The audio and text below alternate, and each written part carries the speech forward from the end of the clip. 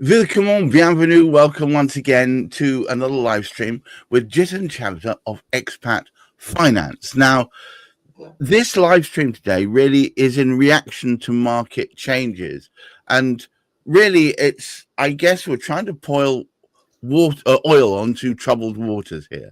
And Jiten, would you explain, because today's topic is the markets and what you can do?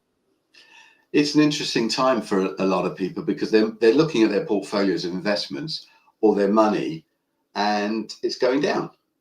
Now, a lot of people have fear when the markets are going down, what to do. And some people panic and take money out. Other people are clever and they invest more money because they know the markets have gone down. So what to do when markets are like this? And one of the most important things that I try to teach clients is making sure they've got short-term money.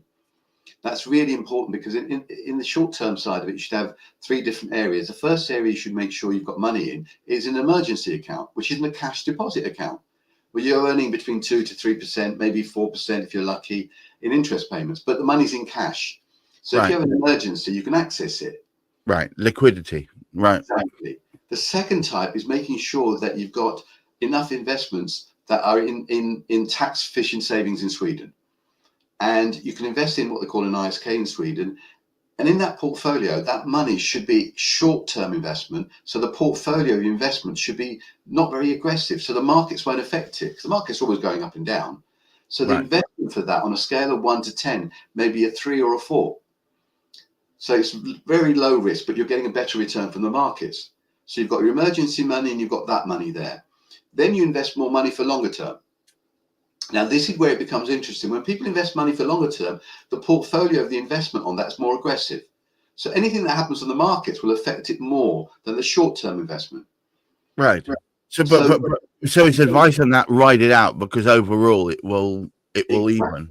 Exactly. It's more risky because the markets obviously do go up and down. The problem is a lot of people looking at their longer-term portfolios and thinking, oh my God, that's gone down in value. Right. So guess what? I have to do something about it. But you've already got the money in the short term, so you should try to find a way of riding it, not affecting. If you don't need the money then, you're not about to get to retirement, then obviously, just leave it. So is a lot of this about mindset? It is about mindset. People, they see their money going up and they invest more money when the markets are going up. When the markets are going down, guess what? They want to take their money out. Yes. It's just human nature.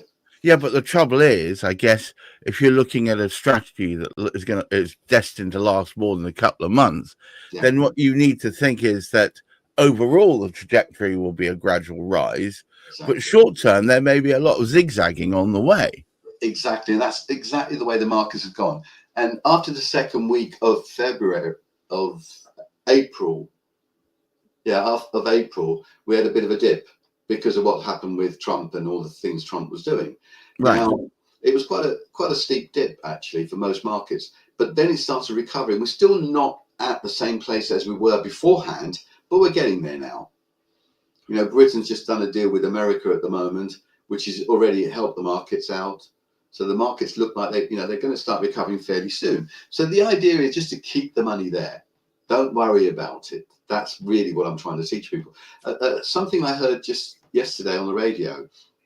If you'd bought Amazon shares in 26 years ago, when it first came out, if you'd invested $10,000 at that stage, today it would be worth $16 million.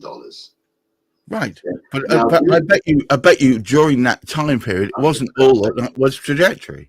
Well, you've had a couple of 50% falls, and you had a 95% fall at one stage as well. Wow. So, you had if you've been in the midst of that, you might have suddenly thought, quick, run for the hills. Exactly.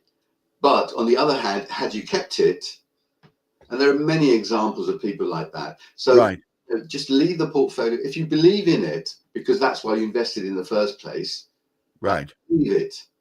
You can do a bit more research if it's American investments that you've got there, because the American markets still haven't recovered as well as they should do. So you can move your portfolio around a little bit, but keep the risk category exactly the same. So if it's a short-term investment, keep it cautious. If it's a longer-term investment, keep it more aggressive. So overall, it's don't panic, Mr. Mannering. Exactly, don't panic, Mr. Mannering. You're showing your age again now, Gareth. I literally, my age is for all to see. Now, the thing about it is, somebody might say to you, but I'm worried. I can't predict the future. And what happens if the trajectory of this suddenly drops off a cliff again? And I'm going to be looking at you and saying, what do I do now, Jiten?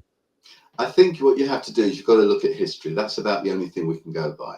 Right. And you can see when we've had market crashes, how the markets have actually recovered and how long it's taken them to recover. So I don't think you need to worry about it, because overall the markets always recover, because that's how the world economy is running. So, it will eventually sort itself out. It's just a matter of time, how long it takes.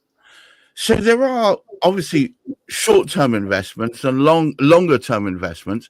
And are you saying effectively you have to make your peace with the fact that if you've got an investment that is longer term, you have to look with the idea of years rather than a couple of months? And if over a couple of months you've got variations and vacillations, you shouldn't worry yourself unduly.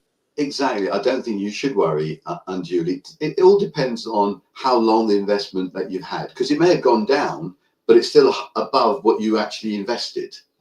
And if you still need the money, okay, you haven't got as much return as you wanted to, but you can actually access the money and you're still in profit. So it just depends on when you invested it and when you actually need the money. I think the most important thing to do, anytime it's longer term investments, is plan at least 6 months in advance on when you might need the money. Because what you can do is keep an eye on the markets during those 6 months and start selling off things. And what you can also do is just sell a little bit each time. So you're averaging out. So you don't know what the markets are going to do. So you can sell a little bit in each section. So sometimes you're selling a bit higher and sometimes you're selling a bit lower. I believe that some people are plumbing for gilts and things like that, and sort of pulling out of the more riskier investments and shoving them into things like that. Is that a sensible approach? I think it just depends on when you need the money. It comes back to that. If you need the money in the shorter term, the gilts are probably a better option. Right. But if it's a longer term investment, the funds are probably a better option. So it just depends on when you need the money and when you need to move. And again, it's a good example that you've given, because if somebody needs the money 6 months from now, you can start moving some of the money into gilts. Some of the money you can actually put into other types of investments, which are shorter term. But you need to plan for it. Right. So so I guess what you're driving at is your strategy shouldn't be too reactionary. Exactly. Yes. I don't think it should do. I think a lot of people, there are so many examples of markets that have recovered, saying that though, on a side note, I'm not sure if Tesla's going to recover that much. Yeah, it's interesting. The golden boy top tech share that it used to be is not looking quite so rosy now. No, I know. But is that, would you say that's a par for the course, or is it an unusual circumstance? This one's unusual because it became political. I think that's where the issue actually arose, because people around the world, especially in Sweden, they're embarrassed to actually have a Tesla. And I saw somebody had taken off the Tesla badge and put on a fake Toyota one. But again, that has a major impact. In Sweden, I think such a small amount was sold, which is quite rare here. So I think, Tesla is going through a tough time, and I'm not sure how he's going to recover from this. Right. But overall, the marketplace that Tesla inhabits, i.e. the EV market, I don't think that's been hit unduly. I mean, other EV type brands seem to be making hay while the sun shines. Literally. I think it's the brand and the cost. A lot of people would look at cars and they would be costing like £100,000. And if you think about a car for £100,000, you'd expect a little bit more than that. I think that's what's happening. And it was just a kudos that people wanted to go all electric, and then Tesla was the top of the range on the electric side. Right, but the interesting thing is, apparently I've got to wake up and take my pill. Sorry about that. Right. The interesting thing is there are some Chinese EV challenger brands, which may be actually also things to watch for the future anyway, from an investment perspective. Well, again, China's going to be an interesting one, because China is now shipping a lot of stuff to Europe, which was meant to go to America. Right. It's quite weird how the world changes. 10 years ago, if I said to you, well, actually, Jiten, we're going to get in bed with China fairly soon, you'd say, for sure, don't be ridiculous. But here we are, cozying up to each other. I don't think there's much of a choice, because what they're doing is they're selling the stuff they were going to sell to America at a fraction of the cost of Europe just to get rid of the stock. And so Europe's now going to get a lot of cheap stuff coming into it. Right. And even with the tariffs, it was not going to make that much difference. So I think it's going to be, I don't know if it's a good thing, by the way.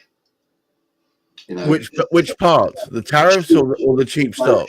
Yeah, the cheap stock getting shipped to Europe. Because we already have a system well, not a system. We have a culture at the moment where we buy stuff cheap. So you have so much stuff. So it's not going on quality again. It's going on cheapness. But I don't know, BYD, for instance, that Challenger brand, you get so much bang for your buck. I drove a BYD the other day, and it's quite remarkable. I get that, and I think that also the price of that's so much lower.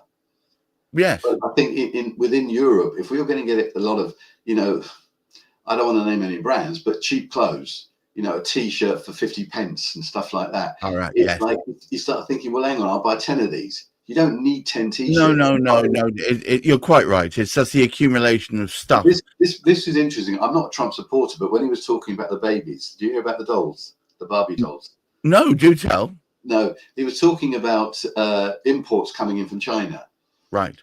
And what he was trying to say was, kids don't need 30 dolls. They can do with 3 dolls.